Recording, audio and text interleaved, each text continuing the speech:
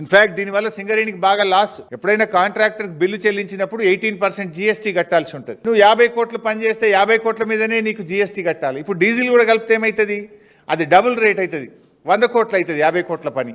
ఇప్పుడు 100 కోట్ల మీద జీఎస్టీ కడితే సింగరేణి సంస్థకు నష్టం కదా. అంటే ఈ రకంగా సంస్థకు నష్టమైనా సరే మాకు కమిషన్లు పెరగాలి, మాకు కమిషన్లు వస్తే చాలు అని చెప్పి ఈ కొత్త డీజిల్ విధానాన్ని కూడా తీసుకొచ్చి ఇటు సంస్థకు నష్టం చేస్తున్నారు, మరోవైపు వీళ్ళు కమిషన్లు కొల్లగొడుతున్నటువంటి పరిస్థితి. ఇదంతా కూడా ఎవరి కన్సర్న్లో జరుగుతుంది? ముఖ్యమంత్రి గారి దగ్గరి సన్నిహితుడు, ఆయన సమీప బంధువు కనుసన్నల్లోనే ఇదంతా జరుగుతూ ఉంది. ఎవరికి టెండర్ రావాలన్నా, ఎవరికి సైట్ విజిట్ సర్టిఫికెట్ రావాలన్నా ఆయన ఆజ్ఞ లేందే సర్టిఫికెట్ రాదు, టెండర్ దక్కదు.